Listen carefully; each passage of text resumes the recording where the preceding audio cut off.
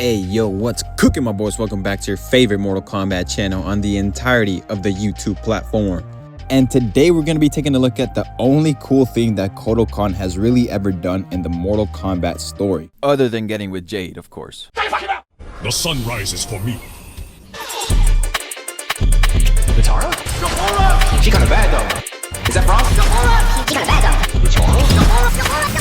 though. Respect my name. She kinda bad though. And this actually takes place in the Mortal Kombat X prequel comics, in which we are introduced to the golden realm of Aztec, which is ruled by KOTAL KAHN's father, KOTAL KAHN.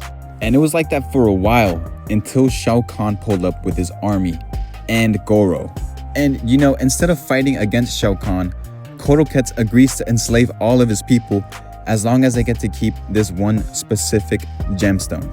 Turns out it's actually a portal stone, and KOTAL KAHN's dad straight up tells him, yeah, I'm gonna send you to Earth for a while, and if you come back alive, then you can have my kingdom. And KOTAL KAHN's like, what kingdom, bro? You pretty much enslaved us. He goes regardless, and it's along this journey where he realizes that his father probably meant for him to find his own kingdom or start his own kingdom or something like that. And that's when he stumbles upon the Amazon. And that's the moment where he spots a group of conquistadors getting ready to take over the village. They're literally in the middle of kidnapping a little girl when KOTAL KAHN steps up and smashes these guys' heads in together. He decides to stay and help them keep fighting off the men from the sea. But after a while of this, he grows bored. He's too good at it, so he says, all right, I'm gonna head out. He pulls out the portal stone and he goes back home, thinking that his father would be proud of him since he helped out the poor, the weak people. But his dad is pretty much like, yo, you probably shouldn't have made them drink blood like that. That's crazy.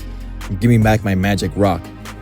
And KOTAL decks him in the face, turns around and says, nah, I'ma do me. Using the portal stone, he goes back to his tribe and he realizes that they all pretty much died because they drank fucking blood. That's when we cut to the present and we see KOTAL's actually telling the story to a big crowd of people. He's giving a speech. He ends the story by saying, my father's lesson was this: even the mightiest warriors are defeated by the smallest threats. He concludes the speech saying, we will hunt Mileena and her co-conspirators.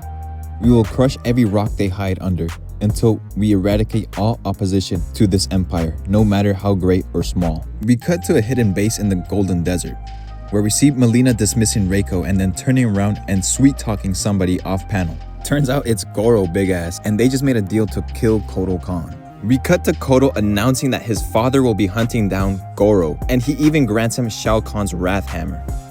Even though the crowd is all happy and cheering and shit, KOTAL KAHN is still a little bit on edge because he knows that Goro's not the only threat at hand. Because Reiko has been going around destroying all the food supply, and even though the people are happy right now, when people start going hungry, the more likely it is that they'll turn on KOTAL KAHN.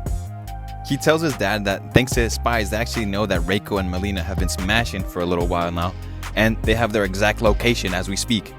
We cut to the Golden Desert, where we see Reiko talking shit about KOTAL KAHN to someone off panel. Calls him a good little Aztec boy.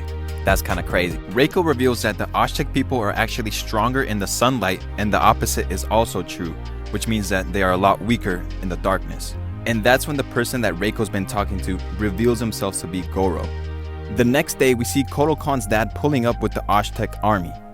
But this was all a setup, and Reiko actually leaked their location on purpose, ordering rain to block out the sky and, well, make it rain. KOTAL KAHN wants all the smoke though, and he hops off the horse ready to fight, and he gets one good hit in, I'll give him that.